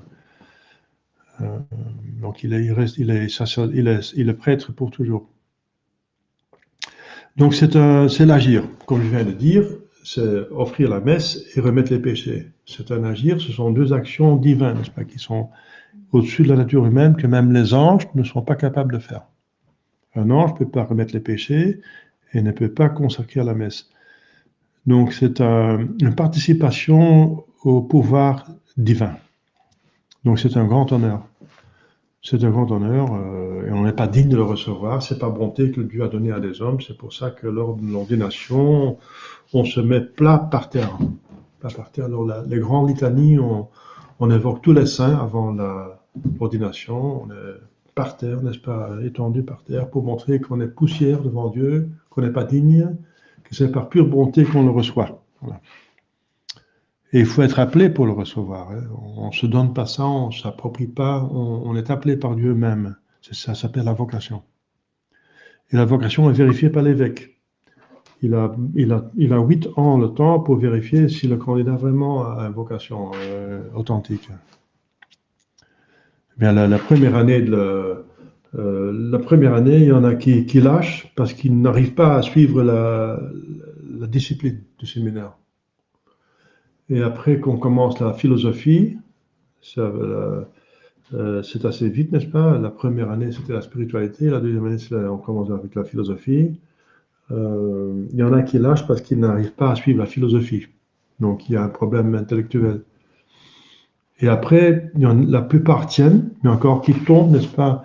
J'en ai connu un qui a quitté le séminaire après 4 ans parce qu'il disait je n'arrivais plus à être autant de temps dans la chapelle. Ça commençait à m'embêter. Eh bien, si le prêtre a des problèmes à prier, c'est fini. Il ne peut pas chez le candidat avoir de problème. S'il dit c'est trop prier, alors vous n'avez pas la vocation d'être prêtre parce que le prêtre est le religieux par excellence. Donc s'il n'a pas prié, il ne peut pas être prêtre. Hein. Donc il a quitté, c'est devenu un très bon père de famille. Hein. Il a prié, mais un peu moins, quoi. Donc il a quitté après 4 ans. Donc, mais c'est plutôt rare, mais ça existe encore. Après, je suis diaconat, on ne quitte plus. Hein, donc, non, on ne quitte plus, sinon on fait un grand péché. Hein. Alors, que doit faire l'enfant qui croit avoir la vocation sacerdotale? Eh bien, il doit suivre le conseil de son professeur et mener une vie de piété, de pureté et de travail. Et c'est le bon Dieu qui va se manifester, qui va manifester. Comment est-ce qu'on peut voir que quelqu'un a la vocation? Eh bien, parce qu'il a envie de le faire. Ensuite, il a la capacité intellectuelle de faire les études de philosophie et de théologie.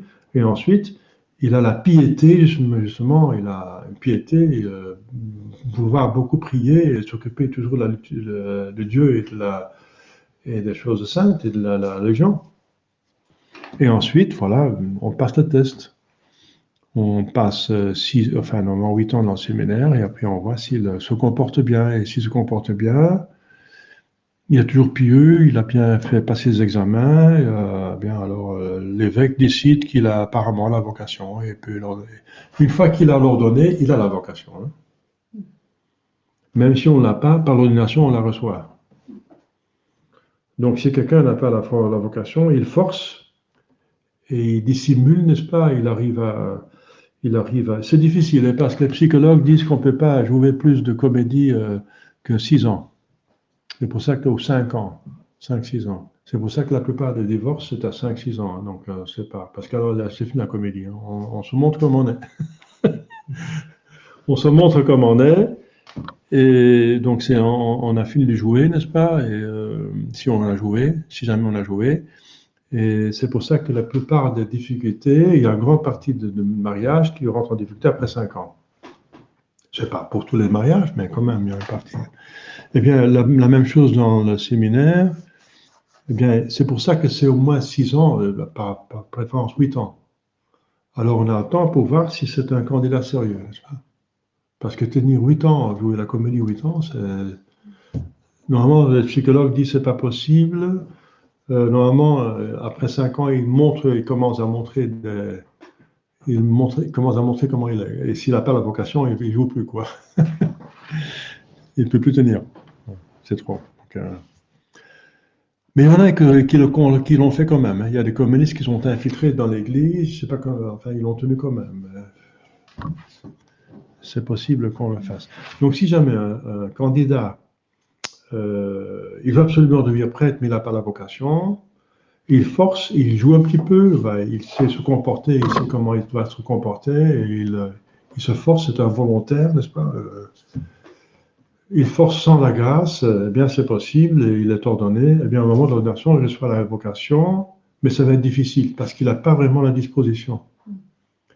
Il va avoir les grâces suffisantes pour faire son sacerdoce, mais ça va être plus difficile qu'un autre, un prêtre qui a les dispositions. Ça va être du plus difficile, mais possible. Donc on est quand même, il faut suivre sa vocation. Alors on est comme un poisson dans l'eau. Voilà, c'est ça le principe. Et il faut suivre sa vocation. Si vous faites pour le mariage, vous êtes dans le mariage. Si vous êtes pour être vierge dans le monde, vous êtes vierge dans le monde. Si vous êtes prêtre ou religieux, suivez votre vocation et alors vous êtes comme un poisson dans l'eau.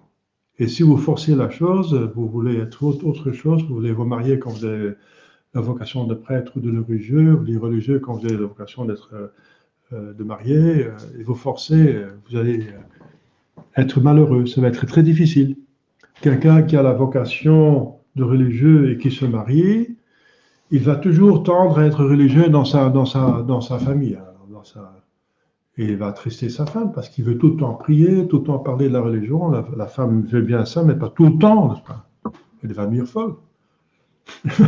Alors, on va prier ensemble le bréviaire. Non, mais enfin, il va faire la cuisine, n'est-ce pas? Alors, et les enfants aussi. Les enfants il va essayer de faire des petits moines de ses enfants, mais c'est pas possible, n'est-ce pas? Les enfants doivent jouer, donc ça va être à gérer, et ça va être très difficile, n'est-ce pas? Et les enfants ne vont pas pouvoir le suivre, et s'ils le suivent, ça va être, ils risquent d'avoir un dégoût. Si on en fait trop, ça dégoûte, n'est-ce pas? C'est embêtant, c'est contre-productif. Et lui, s'il veut vraiment fonctionner comme un père de famille normale, il a quelque chose qui grince à l'intérieur et il n'est jamais satisfait parce qu'il voudrait faire plus de religion, parce qu'il a la vocation d'être religieux. Donc, il ne faut pas se marier si vous avez de la vocation religieuse. Et le contraire, c'est aussi, il ne faut pas se faire religieux, surtout pas faire des vœux perpétuels si on a la vocation de se marier, parce que vous aurez des problèmes. La nature se vengera, hein. Donc, on ne peut pas forcer les choses. Donc, il va y avoir des difficultés.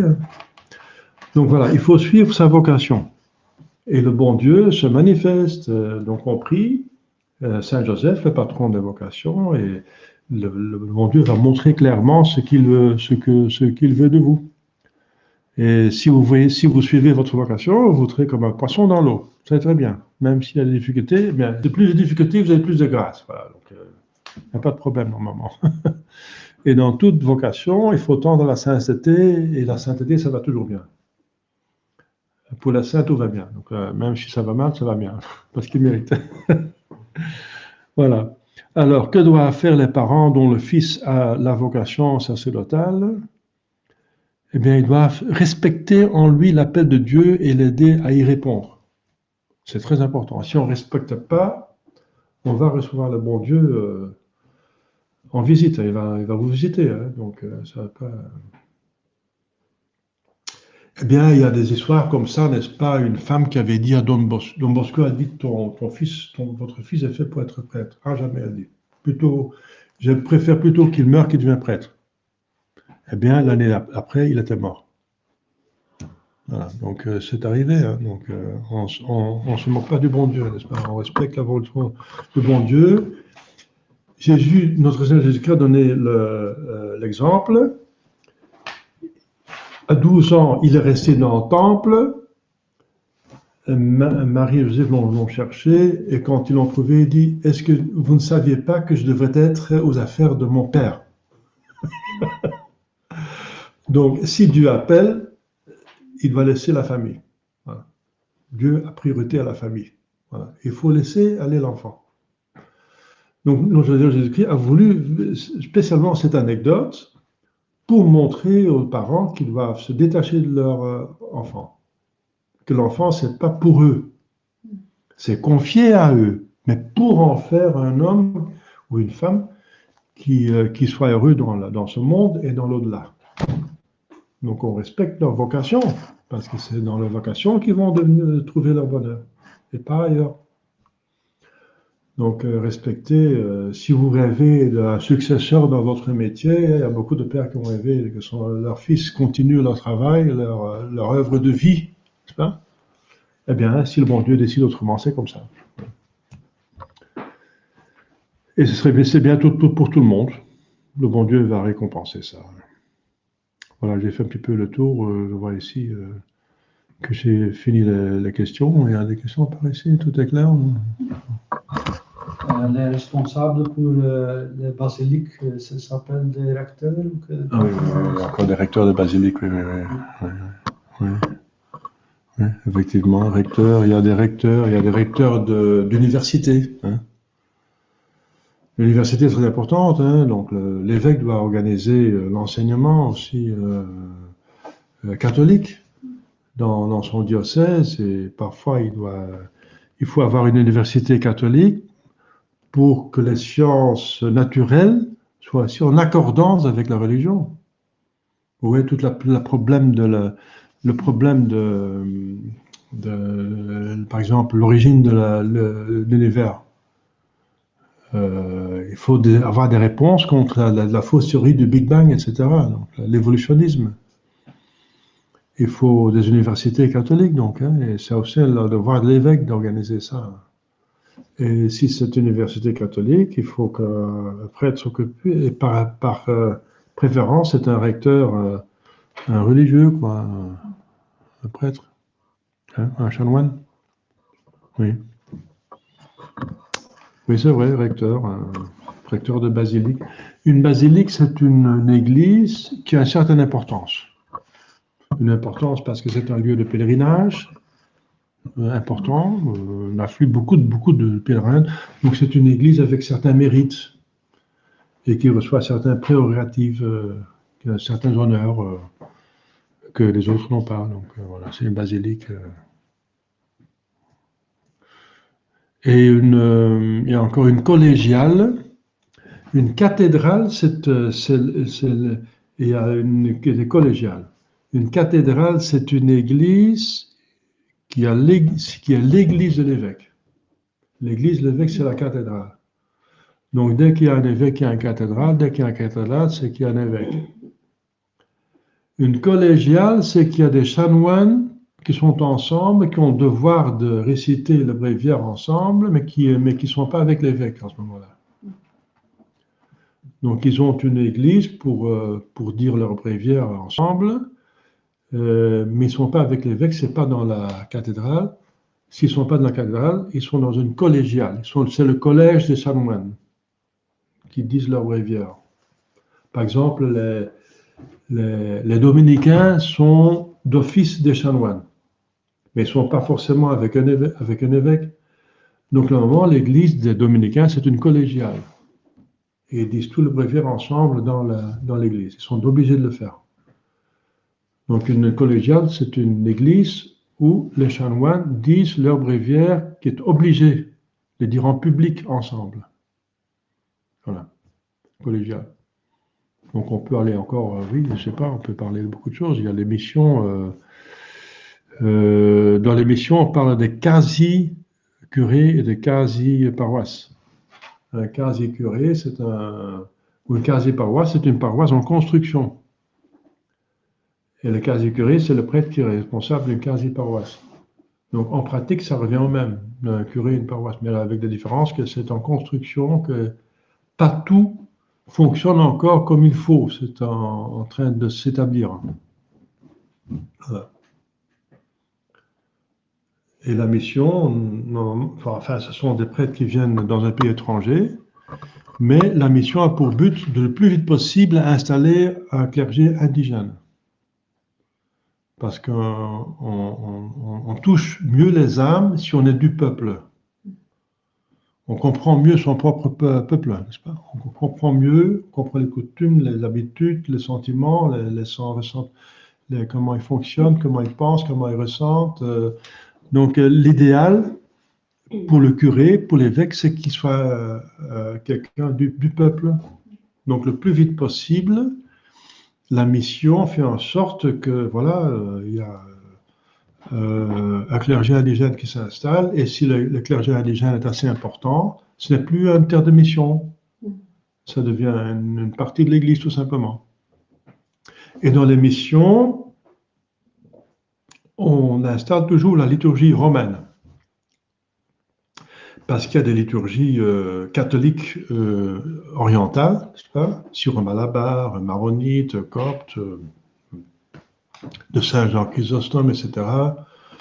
Donc c'est accepté et honoré par l'Église. Ça vient des 12 apôtres, n'est-ce pas? Les 12 apôtres ont développé la Sainte Messe, chacun dans leur coin. Et il y a des différences. C'est toujours la Sainte Messe, la même messe, mais il y a quand même des différences, n'est-ce pas? Comment la développer. Et l'Église respecte toutes ces liturgies, et sont des belles liturgies, très édifiantes, mais quand il y a un terme de mission, la liturgie qui est imposée, c'est la liturgie du pape, liturgie latine, romaine. Voilà. C'est la liturgie qui est, voilà, elle a plus de dignité parce que c'est la liturgie du pape, voilà, le patriarche de Rome. Dans quelques rites catholiques orientaux, Orientaux. oui. C'est possible que les mariés deviennent des prêtres quand il n'y a pas de célibat? Ah oui, ah oui, c'est dans l'Écriture sainte, n'est-ce pas? Saint Paul parle de l'évêque, c'est être d'homme d'une seule femme, il va bien gérer sa famille, il va donner l'exemple. Ça veut dire qu'en soi, un évêque peut être marié, un prêtre aussi. Donc en soi, le droit divin. Mais l'Église a institué le célibat parce que Saint Paul lui-même, il dit, je préfère que tout le monde soit comme moi, ça veut dire non marié, parce qu'on est plus aux choses de Dieu, n'est-ce pas? On n'est pas partagé entre plaire à Dieu et plaire à sa femme. On plaît seulement à Dieu. Donc, on n'a pas besoin de chercher à plaire à sa femme. C'est normal que si on aime quelqu'un, on essaie de plaire, on essaie de s'occuper, on s'occupe des enfants, etc. Et aussi, le peuple a choisi les prêtres non mariés. On a vu que dans le début Moyen-Âge, on a vu que les gens cherchaient plutôt à se confesser à un prêtre non marié qu'à un prêtre marié. Ils avaient plus de confiance dans un prêtre non marié. Donc, on a vu que voilà, le prêtre non marié avait peut-être de meilleure qualité, avait plus d'application aux choses de Dieu, n'est-ce pas? Et c'est pour ça que l'Église a choisi à un certain moment pour la qualité. Mais en soi, c'est pas interdit. Ce qui est interdit dès le début, c'est qu'un prêtre se marie. Mais ce qui était permis, c'est qu'un marié devient prêtre. C'est une distinction. Hein. Donc, une fois qu'un homme marié soit ordonné prêtre, et c'est permis dans quelques églises, catholiques orientales, n'est-ce pas? Normalement, quand sa femme meurt, il ne peut plus se marier, hein, parce qu'un prêtre ne peut pas se marier. Et voilà. Alors, le problème, c'est que c'est quand même deux choses un petit peu différentes, n'est-ce pas? S'occuper de la rédemption ou de la création. Le mariage s'occupe surtout de la création en vue de la rédemption, parce qu'il faut quand même éduquer ses enfants de manière catholique, et on essaie d'aller ensemble au ciel, mais on s'occupe quand même de la création, n'est-ce pas? On va procréer des enfants. Et le prêtre s'occupe directement de la rédemption. C'est quand même une petite différence, qui peut être importante, surtout quand Saint Paul dit: quand vous savez que vous allez participer au Saint Mystère, c'est la messe, vous vous abstenez la veille de l'acte conjugal. Eh bien, mais c'est vrai que le prêtre ne doit pas tous les jours célébrer la messe, en soi. Et il suffit qu'il la célèbre de temps en temps, et surtout le dimanche. Il n'est pas obligé de le célébrer tous les jours. Mais c'est devenu une coutume, n'est-ce pas, très louable maintenant, que le prêtre célèbre tous les jours. Et c'est dans plusieurs congrégations, par exemple Fraternité, c'était à cause du manque de grâce, on voit que, et de la nécessité des âmes, mais le prêtre célèbre maintenant chaque jour. Eh bien, s'il faut s'abstenir la veille, quand on célèbre le lendemain, alors il ne peut plus user de son mariage. Donc, vous voyez les difficultés que ça donne, n'est-ce pas, à un certain moment. Sinon, on va plus célébrer parce qu'on veut faire autre chose. Et c'est dommage de laisser tomber la messe qui a une valeur infinie. Donc, vous voyez, c'est permis par Dieu parce que c'est dans l'Écriture sainte. Même un évêque peut être sur l'Écriture sainte marié, mais l'Église a quand même abandonné cela, n'est-ce pas? L'Église orientale, normalement, catholique, elle accepte qu'un marié devienne prêtre, mais elle va, pour chacun évêque, elle va toujours chercher un prêtre qui n'est pas marié. Souvent, ce sont des moines dans l'Église orientale, la catholique. Hein. Et les orthodoxes font la même chose. Bon, ils sont quand même plus peu relâchés concernant le mariage. Et pour la laïque, ils peuvent même se marier 2 fois. Et il y a la deuxième chance dont ils parlent. Donc, c'est n'importe quoi. Non, mais je parle de l'Église catholique. Hein. Donc, dès les premiers siècles, les conciles des pays, donc les conciles locaux, n'est-ce pas? Donc, les conciles qui sont faits par des évêques d'une grande région, souvent un pays ou plusieurs pays, ils ont quand même statué que on va pas permettre que le prêtre se marie. Donc ça c'est universel, finalement, dans la pratique de l'Église.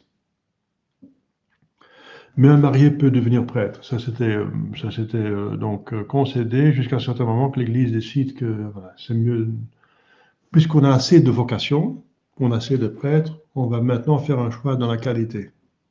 Il vaut mieux que le prêtre soit totalement aux choses de Dieu. Voilà. Et quand on fait la collecte, que les gens ne pensent pas maintenant je vais mettre l'argent et c'est utilisé pour un nouveau manteau pour la dame, la femme du curé. Donc les gens sont même motivés de donner de l'argent, etc. Donc ils ont moins confiance dans le prêtre qui est avec sa femme, et les femmes sont curieuses. Souvent, ils ont moins confiance. Quand ils se confient à un prêtre qui n'est pas marié, ils ont plus de confiance qu'un prêtre marié. Hein. Parce qu'il va peut-être parler. Normalement, quand on est marié, on partage tout, n'est-ce pas? Mais le prêtre ne peut pas partager tout parce qu'il y a un secret professionnel. Bon, il y a une certaine pression sur cette secret professionnel quand il est marié, et cette pression n'existe pas quand il n'est pas marié. Hein. Les gens savent très bien, se rendent compte. Hein. Donc, enfin, il y a plusieurs raisons pourquoi ils ont. Aussi pour la. Oui, voilà. C'est un fait. Donc, c'est vrai. Et saint Paul parle aussi de la. Oui, de la. Il y a une certaine oppression charnelle. Quand on fait l'acte conjugal, il y a une oppression charnelle. Et ça rend la religion un petit peu plus difficile, quoi. On a plus de difficulté de se mettre à prier après ça, parce que voilà. Bon. Donc voilà. Voilà. Donc on va rester au célibat. Hein. Le célibat, saint Paul dit clairement que le célibat après la chute, c'est mieux que le mariage, de rester vierge. À condition qu'on s'applique plus à la rédemption. Après la chute. Avant la chute, Dieu dit clairement qu'il les créa hommes et femmes. Il les créa hommes et femmes. Hommes et femmes, bien sûr, ils sont hommes et femmes, mais il les a même créés dans un état presque carrément marié. Hein. Bien sûr, le mariage est seulement valide quand on donne la permission, le consentement. Mais ils étaient obligés de se marier. Sinon, il n'y avait pas. L'humanité s'arrête avec Adam et Ève. Donc, il y avait une obligation stricte de se marier au début. Hein. Et maintenant, l'Église a dit les gens se marient quand même. Il ne faut pas les stimuler à se marier, ça va tout seul. Mais il faut surtout faire en sorte qu'on a des bons prêtres. Ça, c'est plus difficile. Hein. Et maintenant, certainement, hein, on a un manque de bons prêtres, de prêtres en général. Et l'Évangile dit, priez le propriétaire de la vigne pour qu'il y ait des travailleurs dans la vigne et dans la moisson. Parce que la moisson est prête, mais il n'y a pas assez d'ouvriers pour la moissonner, la récolter. Donc il faut prier pour des vocations. Ça veut dire concrètement qu'un garçon, c'est possible, ne peut pas avoir la vocation, mais puisque les gens se mettent à prier pour avoir un prêtre, cette personne qui n'a pas la vocation reçoit la grâce de vocation. C'est comme ça que ça présente. Sinon, ça ne veut rien dire prier pour que le bon Dieu envoie des ouvriers. Hein, donc, enfin, c'est clair. Donc, quelqu'un qui n'a pas la vocation peut recevoir la vocation quand les gens prient. Il faut prier pour. C'est important parce que ça revient en bien à vous-même. Hein, parce que s'il y a des prêtres, s'il y a plus de prêtres et de bons prêtres, vous en profitez vous-même. Et vos familles et tout le monde, et votre pays, et tout le monde, l'Église. Voilà. Encore des questions? D'autres questions? C'est clair? Enfin, s'il y a d'autres questions, vous pouvez poser la fois prochaine, si vous voulez. La fois prochaine, on va parler du mariage, justement. Ouais. Ce serait la dernière leçon.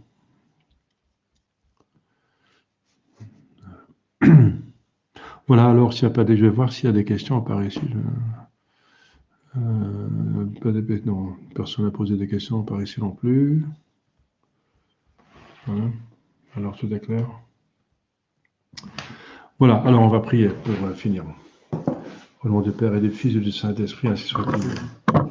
Notre Père qui es aux cieux, que votre nom soit sanctifié, que votre règne arrive, que votre volonté soit faite sur la terre comme au ciel. Donnez-nous aujourd'hui notre pain de ce jour. Pardonnez-nous nos offenses, comme nous pardonnons à ceux qui nous ont offensés. Et ne nous laissez pas succomber à la tentation, mais délivrez-nous du mal. Je vous salue Marie, pleine de grâce, le Seigneur est avec vous. Vous êtes bénie entre toutes les femmes, et Jésus, le fruit de votre entrailles, est béni. Sainte Marie, Mère de Dieu, priez pour nos pauvres pécheurs, maintenant et à notre mort. Saint Joseph, pour nous, saints anges gardiens, saint patron, Priez pour nous. au nom du Père et du Fils et du Saint-Esprit, ainsi soit-il. Voilà, une onde prière et à la prochaine fois. Merci.